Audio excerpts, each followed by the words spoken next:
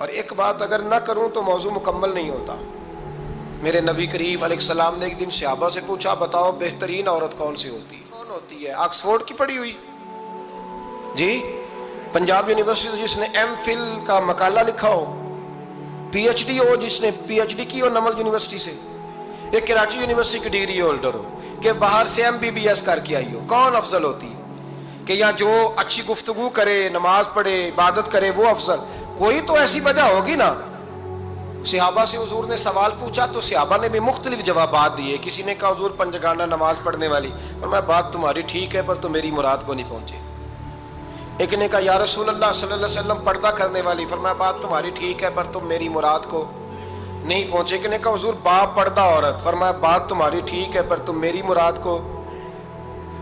حضرت علی کہتے ہیں بیٹھا میں بھی تھا بیچ، لیکن میں بھی مراد کو سمجھ نہیں پا رہا تھا، حالانکہ شہر علم کے دروازے کا نام مولا علی ہے۔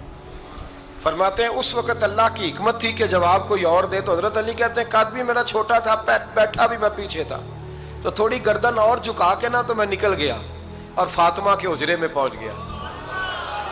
تو میں نے کہا فاطمہ حضور نے ایک سوال پوچھا ہے تو صحابہ جواب دے رہے ہیں پر حضور کہتے ہیں تم میری مراد کو نہیں پہنچے، ذرا جلدی سے جواب نہیں دیتی؟ تو خاتون جنت ہنس پڑی، فرمانے لگی میں جواب دوں؟ آپ کو بھی کہا ہاں دیں جواب کا کیا؟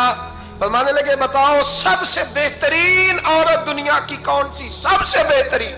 تو جناب فاطمہ کہنے لگی سادہ سا جواب تھا، آپ لوگوں کو آیا کیوں نہیں؟ کہا چلو بتاؤ۔ تو جناب فاطمہ فرمانے لگی دنیا کی سب سے بہترین بی بی وہ ہے جس کو نہ کبھی غیر محرم نے دیکھا ہو، اور اگلے لفظوں پہ غور کرنا، نہ کبھی غیر محرم نے اسے دیکھا ہو اور نہ اس بی بی نے کبھی کو غیر محرم دیکھا ہو۔ یہ کوئی پڑتا نہیں کہ بی بی کہتی ہے جناب میں تو چہرہ ڈھام کے نکلی تھی، باقی میں دکاندار سب سے بات چیت کر آئی، سب کے چہرے دیکھ آئی۔ حضرت فاطمہ نے بتایا کہ تیری آنکھوں کا بھی پردہ ہے، اور وہ روایت وہاں الگ موجود ہے کہ حضور نے حضرت عائشہ صدیقہ ام سلمہ سے کہا کہ عبداللہ ابن مکتوم نابینا ہے تو پردہ کرو۔ تو یہ نابینا اس سے پہلے سیرت نگاروں نے لکھا ہے کہ ایک دن یہ اس سے پہلے حضرت فاطمہ کے گھر چلے گئے حضور کے ساتھ، تو نبی کریم علیہ السلام نے جب ان کو لے کے حضور داخل ہوئے تو جناب فاطمہ نے آنکھیں جھکا لی، پردہ کر لیا۔ تو حضور نے فرمایا بیٹی وہ تو نابینا ہے، تو عرض کرنے لگی حضور مجھے تو نظر آ رہا ہے نا۔ یعنی حضور نے جو ازواج کو کہا وہ بات کی، جناب فاطمہ کا جو انداز ہے وہ نرالا ہے۔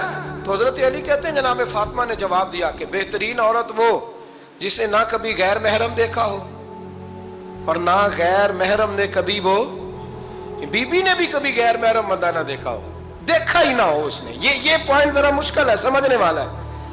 تو حضرت علی کہتے ہیں میں وہاں سے گردن جھکائی اور بیچ آ کے بیٹھ گیا، بات ابھی جاری تھی۔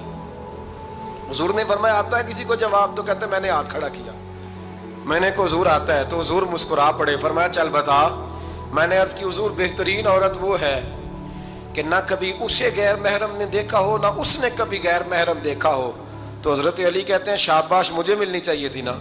حضور مسکرا پڑے، کہنے لگے میں نے تو پہلے ہی کہا ہے فاطمہ تو بدعت منی، فاطمہ میرے جگر کا ٹکڑا ہے، میں نے تو بڑا پہلے کہہ دیا ہے۔ تو کہتے ہیں صحابہ میری طرف دیکھنے لگے کہ یہ تو تعریف فاطمہ کی ہونے لگ گئی ہے۔ تو میں نے کہا کیا کریں؟ اس محبوب کو بتایا ہے جس کے لیے اللہ نے کوئی پردہ رکھا ہی نہیں، سارے پردے کھول دیے۔ حضرت فاطمہ کے وصال کا وقت آیا، انتقال کا، تو حضرت اسماء بنت امیس کو بلایا اور بلا کے فرمانے لگی تو مجھے غسل دینا اور سوائے میرے شوہر مولا علی کے کسی اور سے مدد بھی نہ لینا۔ اور فرمانے لگی میں نے حبشہ کے بارے میں سنا ہے کہ وہاں جب بیویوں کا جنازہ اٹھتا تھا تو وہ لوگ چارپائی کے اوپر یوں کر کے اس طرح کر کے لکڑیاں لگاتے تھے، نیچے باندھ لیتے تھے اور لکڑی میں لچک ہو تو اوپر جا کے پھر اس کو باندھ دیتے تھے تو پردہ بن جاتا تھا۔ فرمایا میں نے علی کو بتا دیا ہے، تمہیں بھی بتا رہی ہوں، جنازہ میرا رات کو اٹھانا اور لکڑیاں لگا کے نا تو اوپر پردہ کر لینا، میرے وجود پر پڑی ہوئی چادر پر بھی کسی کی نظر نہیں پڑنی چاہیے۔ رات کو جنازہ اٹھانا اور رات کو مجھے دفن کر دینا۔ مدینہ منورہ میں حضور کے وصال ظاہری کے 6 ماہ بعد جناب فاطمہ الزہرا کا جنازہ اٹھا، تو مسجد نبوی شریف سے ایک شخص اپنی داڑھی آنسوؤں سے بھگوتا ہوا نکلا، تو حضرت ابوبکر صدیق نے کھڑا کر کے پوچھا